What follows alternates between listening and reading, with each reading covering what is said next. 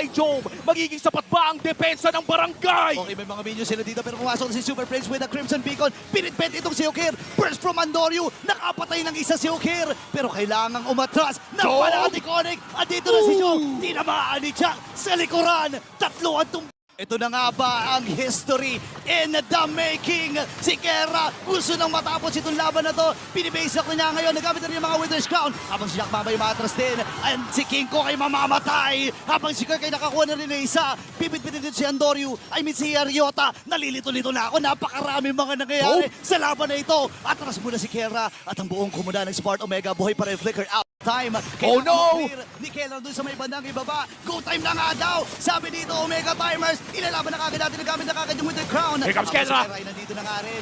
Pop yung mga immortality. Mga immortality na natumutumba pero nasipa na. Atoy R. Pop na rin yung immortality niya. Si Super Prince ay wala na rin. Nagamit kagad yung Wither Crown mula dito.